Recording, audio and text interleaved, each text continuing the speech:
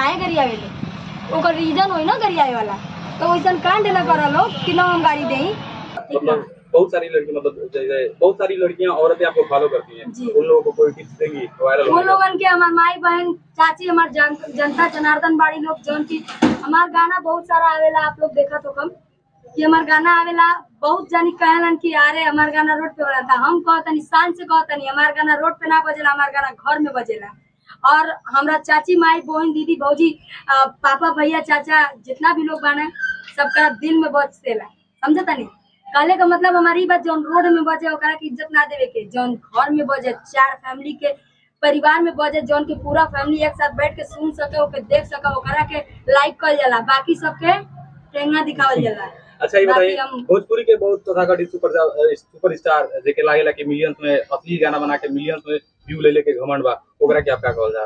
असली short friends जोड़ी chat असली गाना बना के। नमस्ते, एकरे खातिर हम कुछ ना बोलब, अब हम कुछ बोलब ना तो ये वीडियो पटवा काट के उठा के अपन माइक पर बहिने कइली है। सही बात ठीक ना, हम जौन कहनी साहब अबे कहब तो कटुआ बात। अच्छा एगो हमके बात बताइए, ठीक बा, भोजपुरी समाज हमनी के मातृभाषा भोजपुरी पूर्वांचल मातृभाषा हम देखी बाबू, हम यही माटी में पैदा भइल बानी, यही माटी में हमार पहले हम खेती बाड़ी करत रहनी, अभी कुछ दिन पहले पार्लर चलावत रहनी, एकरे पहले मतलब बहुत स्ट्रगल कैले बानी यही माटी में, यही भोजपुरी के माटी में।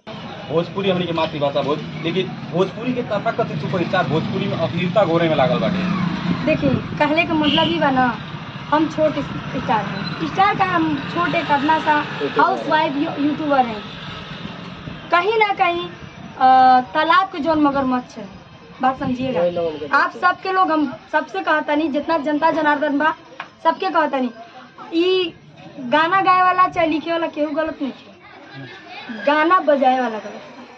अगर उस गाना का आप बहिष्कार कर दो, वो आपके स्क्रीन पे आ रहा है उसको आप स्किप कर दो, कैसे बजेगा वो गाना? हम पूछते हैं कैसे बजेगा गाना? जो गाना आ रहा है माई पे आ रहा है, बहन पे आ रहा है, बेटी पे आ रहा है, माँ भगवती का गाना आ रहा है, वो आवता 1000 व्यूज 2000 व्यूज, यही आवता अब क्या बताएं, ज़्यादा कुछ कह दें तो आप लोग समझ सके नहीं। अश्लीलता का कहीं ना कहीं ये जो पीढ़ी चल रही है, नवयुवकों की जो पीढ़ी चल रही है, कुछ ऐसे हैं जो पढ़े लिखे नहीं है, गंवार हैं, समझ रहे हैं? ऐसे ही लोग जो दिमाग से मानसिक रूप से सही नहीं है, वो लोग इस चीज़ को बढ़ावा दे रहे हैं। संस्कारी आदमी इस चीज़ को बढ़ावा कभी नहीं देगा।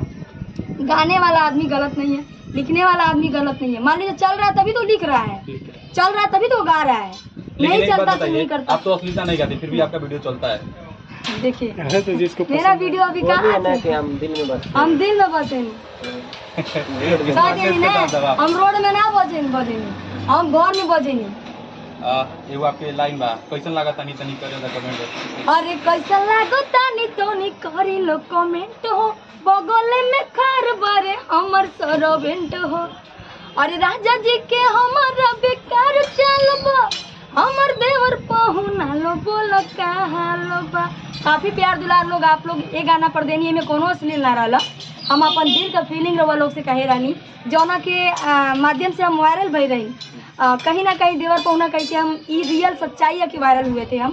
कहीं ना कहीं मेरे मन में कोई कुत्ता कमीना उस समय घुस गया होगा, समझ रहे हैं आप लोग, मतलब कोई भूत घुस गया होगा। हम किसी को गाली नहीं दे रहे हैं, हो सकता है हम ही पगला गए हों थोड़ी देर के लिए, तो उस समय हम गलत वो कर दिए थे। कौन है?